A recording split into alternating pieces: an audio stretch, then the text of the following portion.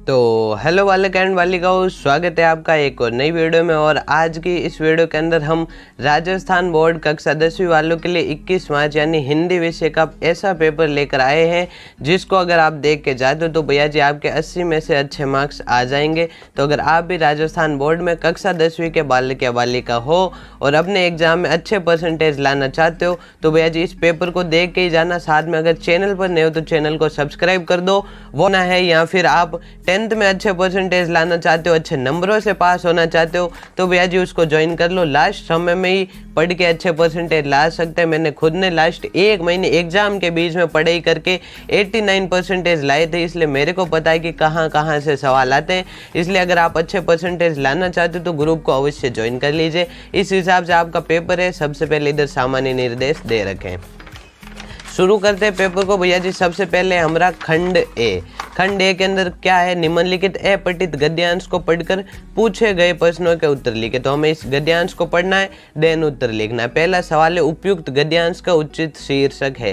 तो जब आप पढ़ोगे तो इधर आपको तुलसीदास जी के बारे में बताया गया है, तो इसके अंदर हो जाएगा तुलसी के काव्य की उपयोगिता। तो बे ऑप्शन है वो इसका एकदम करेक्ट आंसर हो जाएगा। नेक्स्ट है करोड़ों हिंदी भाषाओं के लिए धर्म ग्रंथ, नीति ग्रंथ, काव्य ग्रंथ है। तो जब आप आओगे तो इधर देखो करोड़ों हिंदी भाषाओं के लिए धर्म ग्रंथ, नीति ग्रंथ, काव्य ग्रंथ यदि कोई है तो वो है रामचरितमानस। तो दे ऑप्शन है वो करेक्ट आंसर हो जाएगा। नेक्स्ट है रामचरितमानस की अपूर्व भूमिका रही है। तो ये देखो जातीय एकता का भाव उत्पन्न करने में रामचरितमानस की अपूर्व भूमिका रही है। तो ए ऑप्शन है वो इसका करेक्ट आंसर हो जाएगा। नेक्स्ट है गांव में तुलसी और सुर की रचनाओं का पाठ होता है। तो जब आप आओगे तो इधर देखो आश्चर्य की बात है कि जिन जनपदों में गांव में तुलसी और सुर की रचनाओं का पाठ शताब्दियों से होता आ रहा है, तो शताब्दियां यानी से ऑप्शन है वो इसका करेक्ट आंसर हो जाएगा। नेक्स्ट है भक्ति आंदोलन और तुलसी काव्य का राष्ट्रीय महत्व है। तो जब आप आओगे तो देखो भक्ति आंदोलन और तुलसी काव्य का राष्ट्रीय महत्व ये है कि उनसे भारतीय जनता की भावनात्मक एकता दृढ़ हुई है।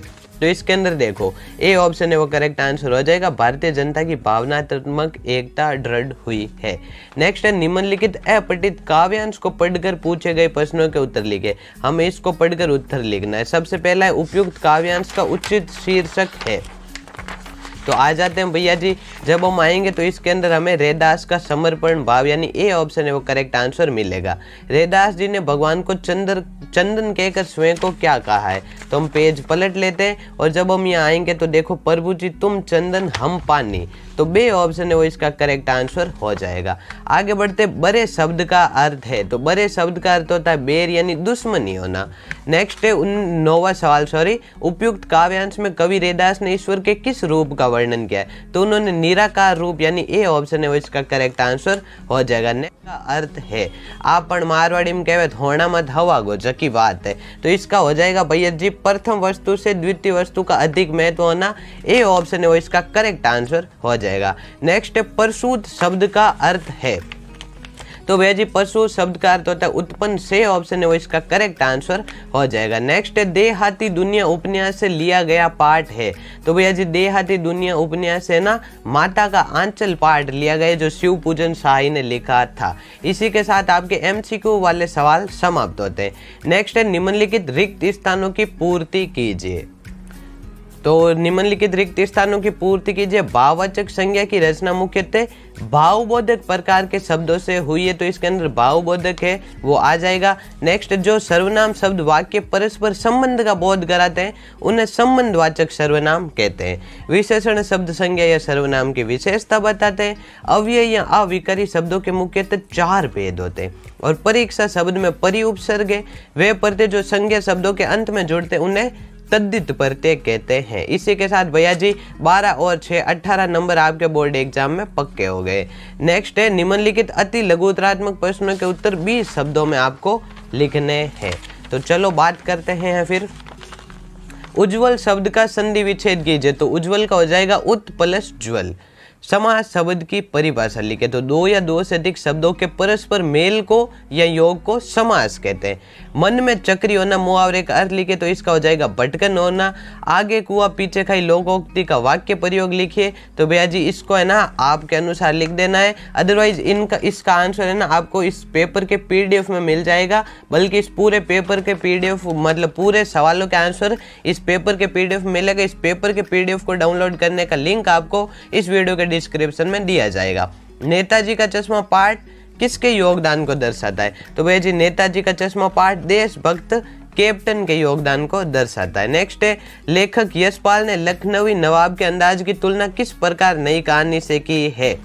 तो इसका हो जाएगा, लेखक ने नवाब को सिर्फ सुगंध व स्वाद से मुंह में भर आए पानी से पेट भरने तथा डकार लेने की प्रक्रिया की तुलना है वो नई कहानी से की है। नेक्स्ट सवाल है 7वां, छाया मत छूना का भावार्थ क्या है? तो छाया मत छूना का भावार्थ ये यानी छाया का अर्थ है यादें। तो बीते मधुर क्षणों की यादें वर्तमान में ना वो दुख देती है, इसलिए हमें उन यादों को छूना नहीं चाहिए। नेक्स्ट है, कन्यादान कविता का वर्णनीय क्या है? तो भैया जी कन्यादान कविता में बेटी के विवाह का वर्णन है, जिसमें माँ बेटी को विदा करते हुए सीख देती है। संगतकार कौन होता है? तो मुख्य गायक के साथ ताल एवं स्वर देने वाला संगतकार होता है। स्त्री शिक्षा के विरोधी कुर्तकों का खंडन निबंध का मूल विषय क्या है? तो इस निबंध का मूल विषय स्त्री शिक्षा को बढ़ाना तथा शिक्षा के अर्धकारी स्वरूप को प्रकट करना है। 11वां सवाल है, माता कंचल पाठ में किसका चित्रण किया गया है? तो माता कंचल पाठ में माता की ममता, पिता का दुलार, बचपन की रुचियां और अरुचियां का स्वाभाविक वर्णन है वो किया गया है। नाक मान सम्मान में प्रतिष्ठा का द्योतक है, पाठ के आधार पर समझाई। तो नाक मनुष्य की प्रतिष्ठा एवं मान सम्मान की प्रतीक है, जिसके न होने पर मनुष्य का सौंदर्य व प्रतिष्ठा है वो नष्ट हो जाती है। आगे बढ़ते हैं भैया जी, खंड बे है, प्रश्न संख्या 4 से 16 तक के लिए अधिकतम उत्तर सीमा वो 40 शब्द है। जॉर्ज पंचम की नाक, और देखो इधर है ना हमें उत्तर सीमा 45 के अंदर शब्द देने, इसके अंदर एक बोले तो ग्रामर से सवाल है, बाकी सभी किताबों से ही सवाल है। साथ में कवि जयशंकर प्रसाद आत्मकथा लिखने से क्यों बचना चाहते हैं। और आगे बढ़ते हैं, बाकी इनका आंसर आपको PDF के अंदर मिल जाएगा। नेक्स्ट है खंड से, भैया जी इन गद्यांश की हमें 6 प्रसंग व्याख्या करनी है। एक गद्यांश आएगा अथवा में सवाल मिलेंगे गद्यांश के, साथ में एक मिलेगा पद्यांश जिसकी हमें 6 प्रसंग व्याख्या करनी है। 19वें उद्धव ज्ञानी थे, नीति की बातें जानते थे। गोपियों के पास ऐसी कौन सी शक्ति थी जो उनके वाक चातुर्य में मुखरी दो उठी? तो इसका भैया जी और इसके अथवा में दे रखा है, ये दंतुरित मुस्कान कविता का केंद्रीय भाव स्पष्ट कीजिए। नेक्स्ट है, बाल गोविंद भक्त को साधु क्यों कहा गया? विस्तार से वर्णन कीजिए। अथवा स्त्री शिक्षा के विरोधी कुर्तकों का खंडन नामक निबंध का संदेश स्पष्ट कीजिए। आगे बढ़ते हैं नेक्स्ट सवाल की ओर। खंड दे, निम्नलिखित विषयों में से किसी एक विषय पर लगभग 300 से 350 शब्दों में एक सार गर्भित निबंध लिखना है। मेक इन इंडिया इन 4 पॉइंटों, मतलब ये 4 हेडिंग लगानी है। मनरेगा गांव में रोजगार योजना, इसके अंदर भैया जी ये 4 हेडिंग है। कंप्यूटर शिक्षा के अंदर ये, और विज्ञान के बढ़ते कदम के अंदर ये हेडिंग्स है। 22वां सवाल है, आप राजकीय उच्च माध्यमिक विद्यालय अर्णव नगर के सुरेश से आपके विद्यालय के पुस्तकालय में बालोपयोगी पुस्तक मंगवाने हेतु प्रधानाचार्य को एक प्रार्थना पत्र लिखे। इसके अथवा में है, अजमेर निवासी आलोक की ओर से अपने छोटे भाई विवेक को राष्ट्रीय प्रतिभा खोज परीक्षा में चयन हो जाने पर बधाई पत्र लिखे। और 23वां नव सर्जन संस्था द्वारा बनाई गई मूर्तियों की बिक्री हेतु एक विज्ञापन लिखिए।